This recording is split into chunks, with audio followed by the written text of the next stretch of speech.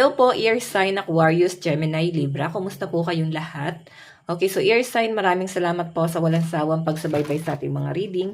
And kung ikaw ay bago pa lang sa ating channel, mag-subscribe na po kayo and i-click mo na rin yung ating notification bell para lagi kang updated sa ating mga bagong upload. And sa mga interesado pala sa ating private reading, ayan, iiwan ko na lang po yung link ng aking Facebook sa ating pong description box below. Okay? Tingnan natin. Okay. Oops. Your sign, Aquarius, Gemini, Libra, Gabay, Kapalaran, Spirit Guide.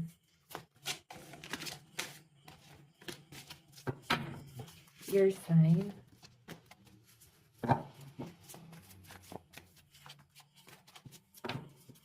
Okay. So guys, meron tayong the snow.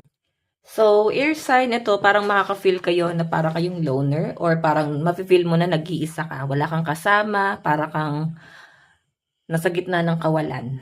Okay? Napaka-cold. Ganun yung energy. Ni wala kahit na sino. Yan ang nasasagap ko sa energy mo. Kasi the snow is parang iniwan siya mag-isa. Okay? And nandun siya sa gitna. Kaya nga siya parang naging snow kung mapapanood nyo yung Sakura. 'Di ba? Yun yung kwento niya. Okay? So, si the snow is someone na soft-hearted. Okay? Feeling ko, yung iba sa inyo, nag-iisa ngayon, or parang feeling mo walang nakakaintindi sa inyo, or pwedeng choice mo to.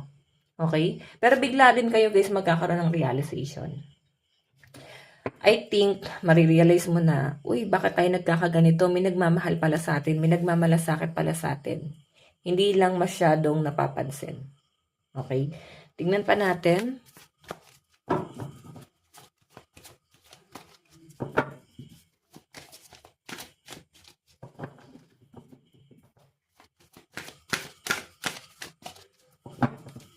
Okay. Air sign.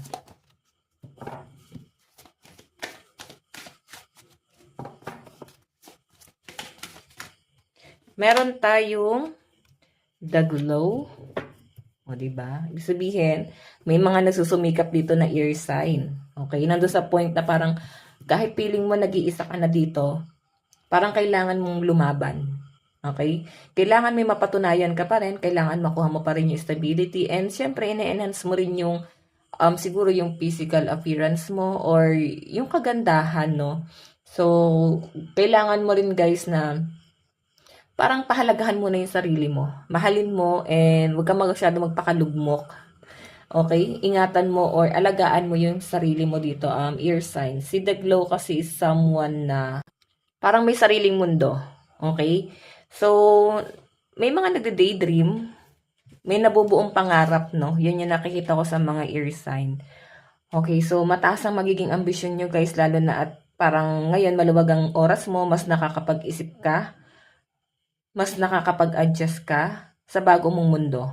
Okay, yun yung nafe-feel ko dito guys. Ito kasi The Glow is someone na parang kaya niya mag-create ng universe. Parang ganon. Okay, or kaya niya na parang gumawa ng sarili niyang mundo. Ganyan. Okay? Literal din guys, no? Or pwedeng nangyayari din sa'yo. Okay? Meron ka bang ini-imagine, then parang ikaw lang yung nangangarap dun sa bagay na yon. Ayan. Ambition mo siya, no? Or parang biglang nabuong pangarap. Tingnan pa natin, guys. Your sign, Aquarius, Gemini, Libra. Oops. Your sign, Aquarius, Gemini, Libra.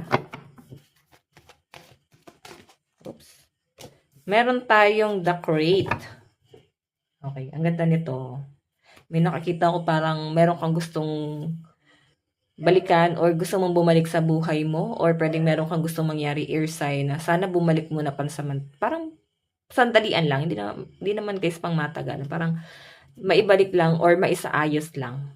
Okay? So, create.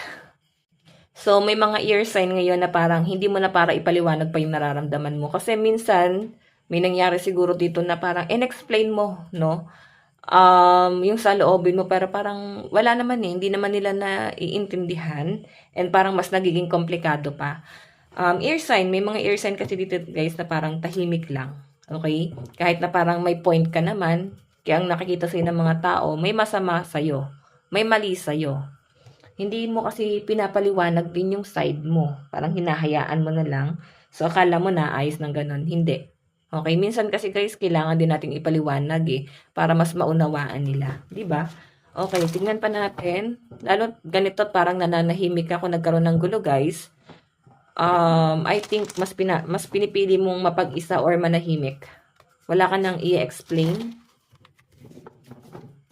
Okay, tingnan pa natin ear sign, Aquarius, Gemini, Libra.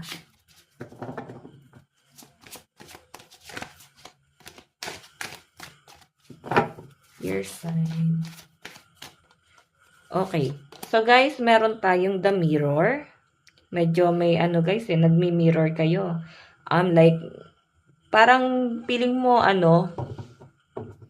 parang merong pinare-realize sa'yo. Or pwedeng feeling mo paulit-ulit yung sitwasyon. Okay? Hindi ka makaalis doon kasi parang lagi ka nalang binabalik doon. So, may mga bagay kasi guys na parang gusto mong ma-overcome. Then parang this time, ngayon mo lang siya na-experience. Ngayon ka lang nakakabawi. Pero feeling mo guys, parang pinagkakait sa inyo. Kasi hindi mo alam kung paano mag-a-adjust eh. Basta ang alam mo lang, responsibilidad mo to. Okay? So, kung ano yung pangangailangan yun yung gagawin nyo. Ang problema lang guys, since nagbabago ka na dito, hindi pa rin nila guys naunawaan kasi nandito nga yung crate. Pag ino-open mo na ito yung ang binagawa mo, ito yung nararamdaman mo, ine-explain mo na ganito kasi yung sitwasyon, mas hindi nila guys nauunawaan. Bagkus, masama pa. Okay?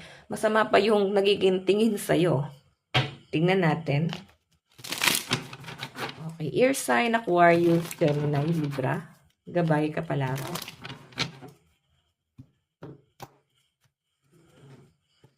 Ear sign.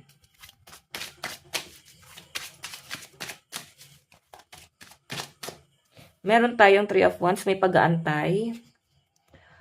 Okay, meron kang inaantay. So, pwedeng patungkol to sa career mo. Alam mo yan, parang nagpo-focus ka sa source of income mo kasi meron kang gustong mangyari. Meron kang gustong makasama. Or mangyari sa'yo sa future. Basta, alam mo sa sarili mo, gusto mo yung pakiramdam na yun at gusto mo siyang maulit. Kaya matyaga kang pinaplano to para makuha mo ulit yung ganong feelings. Okay? Ganong sitwasyon. Ganong pamumuhay. Ayan. Tignan pa natin.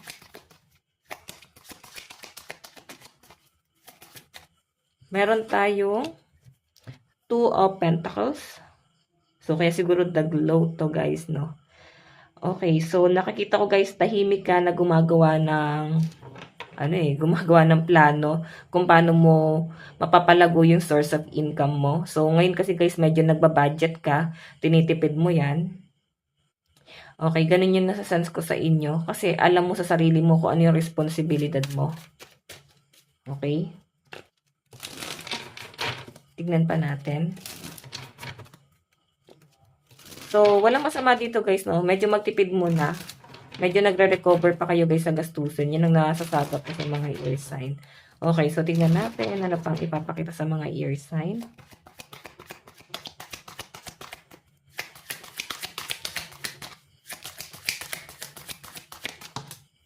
Okay. So guys, meron tayong 10 of Wands. Family to. Siguro meron kang iniisip ngayon na pamilya mo. Or gusto mo magkaroon ng pamilya. Okay? Or pwedeng nandyan ka na, pwedeng iniisip mo ano yung mangyayari sa family mo. Paano kayo mag-grow. Nagpaplano ka sa future, kung meron ka ng person ngayon. So, nagpaplano ka para sa stability yung dalawa ng person mo. So, feeling ko mataimtim yung pinagpaplanuhan to kung paano nyo guys sisimulan yung pagpapamilya. Okay, may nakita akong property. Baka nagpaplano kayong bumili ng property. Okay, tignan pa natin. Your sign, meron tayong Queen of Chalice, Queen of Cups. So, pagtsatsaga to guys, no, may nakikita rin ako sa mga air sign na siguro may nakagawa ng kasalanan sa inyo. And ito kasi guys, si Queen of Cups. Pagpapatawad to. Okay? Choice mo yan kung magpapatawad ka.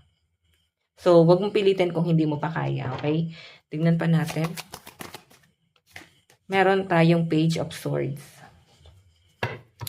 Okay, so air sign. Ang nasasagap ko rito, since page to, no, unti-unti mong nare-realize yung mga bagay-bagay. Okay, buti pala nangyari to. Buti pala nasimulan ko to. At least napaghandaan mo. Okay? Pwede kasi na may mga scenario sa mga air sign na parang hindi mo napaghahandaan yung mga bagay-bagay. So, parang mas madalas nalalagay ka sa komplikadong sitwasyon kasi hindi mo nga napaghahandaan. Okay, tingnan pa natin guys. Advice.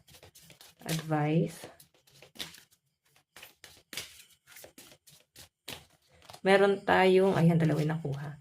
Meron tayong just for fun. Don't take life too seriously.